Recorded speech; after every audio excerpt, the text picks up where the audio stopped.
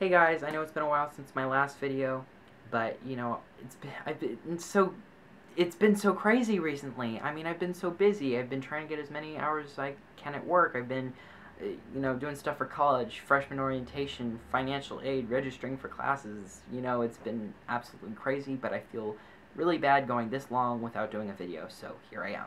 Last time I promised doing some sort of scholarly subject, talking about some sort of thing in great detail.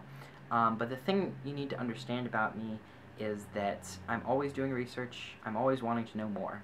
And whether that's doing research about things as random as the color indigo, or the history of pi, let's say, or things as relevant as sexuality, I'm always wanting to know more. Speaking of sexuality, that is today's topic. More specifically, asexuality, demisexuality, and sexuality itself. Sexuality, you need to understand, is more complex than people make it out to be.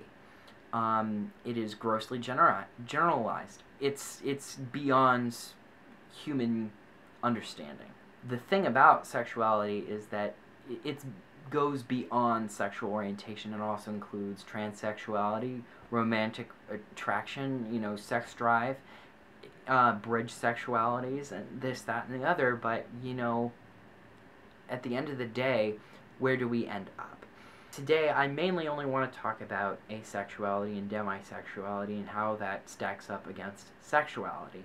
And the thing you need to understand is that there are two extremes, two ends of the spectrum, so to speak, with sexuality. We have asexuality, which is lack of sexual attraction, and then we've got, let's say, not to put a label on it, but let's say plain Jane sexuality, heterosexuality, homosexuality, bisexuality, pansexuality, etc., etc.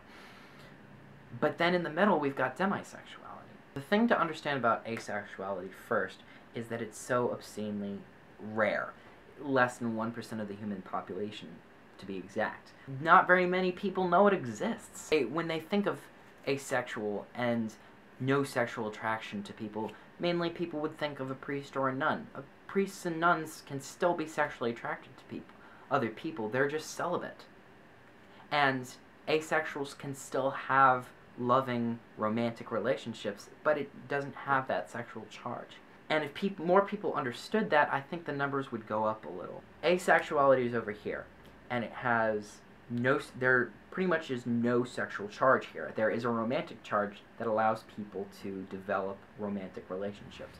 Over here with sexuality, there is a romantic charge and a sexual charge, but the thing is, the romantic charge depends on the sexual charge. You're only really going to have you're really only going to develop romantic feelings for someone you have sexual feelings for. But then you have a gray area here with demisexuality. But first, people ask, when they understand those two concepts, they ask, when demisexuality is introduced to them, they say, wait a second, hold on, you either have sexual attraction or you don't.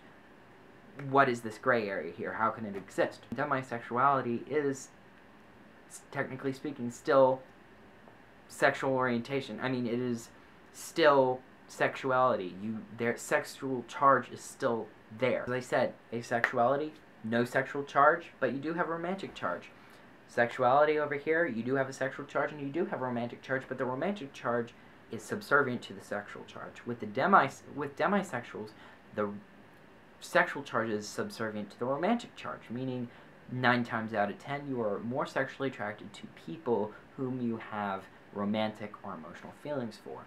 The reason why this whole topic is relevant to me is because I am a heteroromantic demisexual, meaning I am attracted to more people of the masculine gender, but the thing is, I am not your normal sexual. The romantic and the emotional feelings dominate the sexual feelings. Sexuality can be much more complex than that. As I said, there is sexual orientation, there is transsexuality, there is romantic orientation, there is sex drive, and this creates this multi-dimensional topic that is sexuality.